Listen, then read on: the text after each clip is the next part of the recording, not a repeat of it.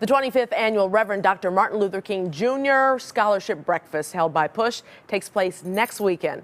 Now, this year's theme is King's Unfinished Agenda.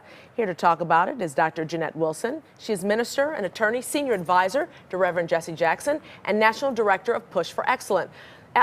I should say. Also joining us is Jamisa Marshall. She's a young woman who can attest to the importance of the exposure and support provided by the PUSH for Excellence program. Ladies, thank you so much for coming in. Happy New Year. Happy New Year. Happy New Year. You know, we hear about the breakfast every year. Do people really know what goes on at the breakfast and what it's for? I don't think they understand. The breakfast is not just to celebrate the life and legacy of Dr. King, but it is to move the agenda forward so that our young people who are struggling in poverty, who are struggling with schools that provide them inadequate education in the public school system, and it is to provide them with the support systems that they need so that every child gets a high quality public education and every child can go to college or to a career program that will leave them with the ability to work, to join the workforce. And with the rise in poverty, Dr. King's last agenda item was this whole war on poverty. Well, guess what? We have more poor kids today than when Dr. King was alive. More homeless young people. Really? 20,000 homeless students in the Chicago, Illinois area alone. So when you look at that and you look at the number of kids that are dropping out of college, not because they're stupid, not because they don't have any money. They have no money. Their parents can't even borrow money. And then you look at the number like Jamisa graduating with student loan debt. The scholarship breakfast now takes on a new meaning. It has to fund scholarships. We have to take kids on college tours because parents can't afford it. We have to teach our young people STEM so they can be like this young lady who's an engineer. Yeah. Well, let's talk to Jamisa because you went to Florida A&M with the help of the money from this breakfast, right? Yes, I did. I attended there from 2007 to 2011. And I graduated with a bachelor's in civil engineering technology.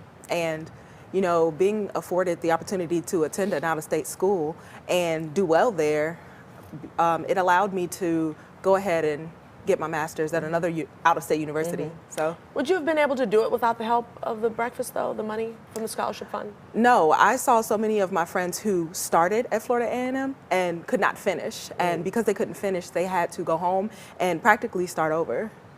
Now, these are kids who otherwise would have been engineers like you or doctors and lawyers and things like that. So we're losing out because of the poverty level that remains, right? Well, the poverty level, and then there's also this level, our young people have to be inspired. They have to be challenged. Who should inspire them? Well, ideally parents, churches, but in the absence of that, the community has a responsibility to make sure that every child gets the same high quality public education as they do if you go to suburban, affluent schools in the affluent suburbs. You mentioned college tours, which they take you on, and Jamisa went on a college tour.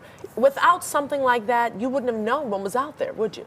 No, but I was very excited to go on the college tour, actually, because I knew I wanted to attend Florida A&M University, and that's exactly where the college tour was going. So I was excited, I was ready, and it was a very good trip for me. But you have a lot of young people who have never left the neighborhood where they live. They don't even know what Lake Michigan looks like, let alone the 106 historical black colleges and universities that can provide them with an education with people that look like them and can nurture them. The other thing is we do cultural sites along the way. We go to the historic civil rights museums, so they get to see themselves then, now, and not yet. So it's not just, the breakfast is not just sitting down eating some breakfast and the political types like hobnobbing and things like that. The purpose of the breakfast is say, this is what Dr. King lived and died doing.